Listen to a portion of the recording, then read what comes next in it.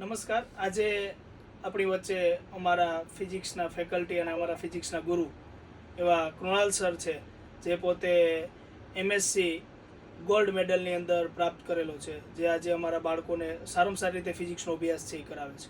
તો હું કૃણાલ સરને પ્રશ્ન પૂછીશ કે સર, આપ નીટ જેવા અઘરી એક્ઝામની તૈયારી માટે ફિઝિક્સને કઈ રીતે સરળ બનાવો છો, બાળકોને કઈ રીતે તૈયારી કરાવડાવો છો, અને બાળકોના ડાઉટ પ્રત્યે તમારો શું પ્રતિભાવ છે?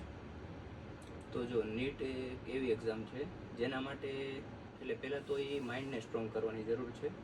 એટલે વિદ્યાર્થીઓ મહેનત તો કરે છે અને આપણે પેટર્ન એ મુજબની ફોલો કરીએ છીએ કે પહેલાં આપણે બેઝ લેવલથી ચાલુ કરીએ. કોઈ પણ ચેપ્ટર હોય તો પહેલાં એની બેઝિક નોલેજ આપીએ, પછી એનામાંથી ધીમે ધીમે આપણે એડવાન્સમાં જતા જઈએ.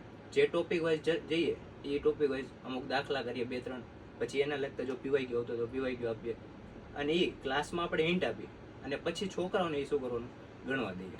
અને પછી ન થાય તો છોકરો શું કરે, ડાઉટ લઈને આવે, અને પછી આપણે સોલ્વ કરવાનું. પહેલાં એ મથે તો એને થોડુંક ખબર પડે કે આમાં ક્યાં આપણે અટકીએ. બાકી ડાયરેક્ટ આપણે જો બોર્ડમાં કરાવી દઈએ ને તો એને તો ડાયરેક્ટ સ્ટેપ બાય સ્ટેપ જોવે, એટલે એને એમ જ થાય કે ના આ તો સ્ટેપ પછી સહેલું જ છે. પણ જ્યારે એ કરવા બે ને ત્યારે એ ન થાય, પાછું ત્યાં અટકી જાય. એટલે એમાં પ્રોબ્લેમ ત્યાં આવે. એટલે એને પ્રેક્ટિસ પહેલાં એને કરવા દેવી પડે.